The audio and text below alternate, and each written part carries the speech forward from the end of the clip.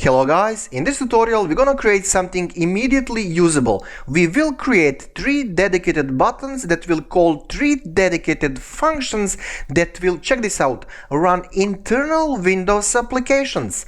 For example, we're gonna ping Google, why not? We're gonna run calculator and notepad, let's say. And to do that we're gonna use OS module from Python, of course. So let's import OS module, because we need it. And here's the thing, when you use OS module, you will use system method in that module to call applications through like console. But don't worry, you're gonna just see that console splashing on a screen like very briefly, so don't worry about that. Okay, so let's change this method, and I'm gonna delete it actually, into run ping.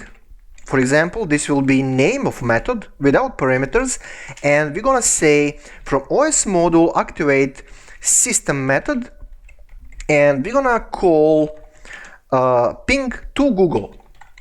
Okay, so by default we're gonna fire 4 network packets to Google to check is that thing available. That's a one function, one method. So let's call another one which will be dedicated for calculator. Run calculator without parameters, and you get here what I'm doing, like OS system, and the handle in Windows for calculator is calc. Okay, we are done here. And another method which will be run notepad, let's say, without parameters of course, os.system, and the handle in Windows is notepad. So whatever normally you type down there in a lower left corner when you're running applications like start run, you know, like manually, whatever you type there for calculator, notepad and many other applications, you're gonna type same thing here. So it is same stuff as you are working in PowerShell or DOS, let's say. Now, if you're on Linux, then you can call some other applications that you have. I don't know what you have on Linux. You can, I don't know, play around with something. I don't know what's on your desktop. But basically, that's pretty much it. And also, if you know how to open browsers, browsers, you can do that. And I have that explanation, tutorial in my list with Python like examples. Don't worry about that. If you want to check it, then just check it. Right, of course we need to change appropriate buttons here, and then we need to position those guys. So button 1 will be for ping, so the button name will be, well, ping Google. So this is kind of hard coding, but it will totally work. So let me have a little bit of space here, let's say. Ping Google is a name, and we need to run this command, run ping.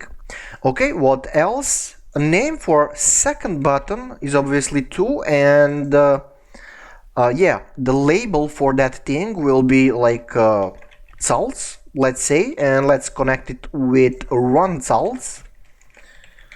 And down there, same stuff for notepad, and we're going to connect that with run notepad. How easy is that, guys? How easy is to create graphical interfaces? So awesome. Oops, notepad. Okay, I think I'm cool, and here I need to change to number 3 because we need to have 3 buttons.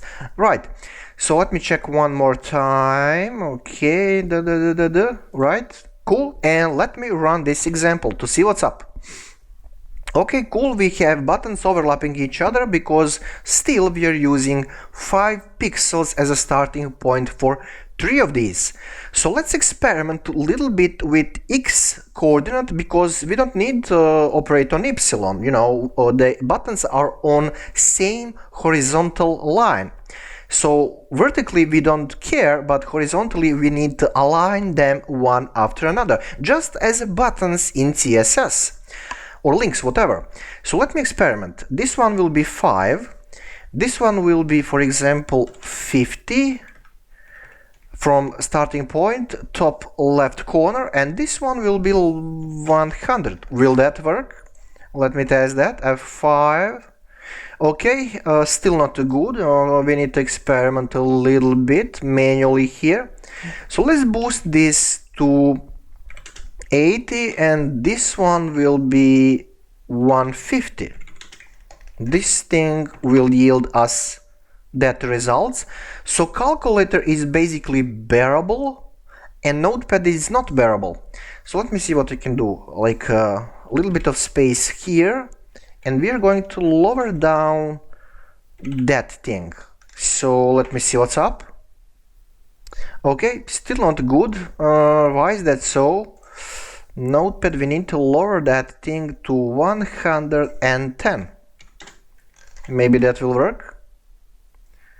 No, a little bit more. So don't worry about this, guys. You need to practice a little bit. So 125 and a little bit less than that. Let's give it 120 and a little bit less. Yeah, I'm sure that we have relatively usable positions. Okay, something like that. So don't worry, guys. Over time, we're gonna learn how to create a same widths for these, but right now the focus is on methods and OS like model, what that thing can do. And actually, let's check that right now. So let's click on ping Google. So there you go. We have a console. How awesome is that? And let's run calculator. Okay, briefly we have a console because we are using OS module. That works. And what about notepad? Oh, I exit the application. Sorry. So notepad, and there you go, guys. Everything works. Right. So that's pretty much it in this tutorial. So let me repeat what we are doing here. And I'm definitely sure that now you know how to connect buttons with methods. That's the major goal of this tutorial. So whatever you do, don't forget to have dedicated buttons for dedicated methods. So you cannot have like it's not logical to have one button running couple of applications. And some people, let me explain something. Some people, bad people, when they are creating some Trojan horses, let's say, then they will give you some usable method to do some job for you. But in the same time, when you run that application, I mean function or method, in the same time, that thing will run also some other things. So for bad guys, that thing will be usable. That one button can run many things, but for you as a normal like white hat or normal programmer, then probably you will dedicate one button to one method. Now, if you don't want to calculate too much these positions manually, don't worry, because in the next tutorial we're gonna learn how to create same widths for buttons, because some of you guys maybe have an idea to here to solve that problem, to here have a little bit of space, you know, so you can align these things vertically to get same width for button, but don't do that because there are better solutions. In this case, also you need to do a little bit of manual combination with pixels. So don't do that, don't torture yourself. In the next one, we're gonna learn how to set many characteristics of buttons because they are very interesting and we're gonna have them all over the place. So guys, let me confirm this one more time. Everything works pretty much, and as always, thank you for watching and see you next one.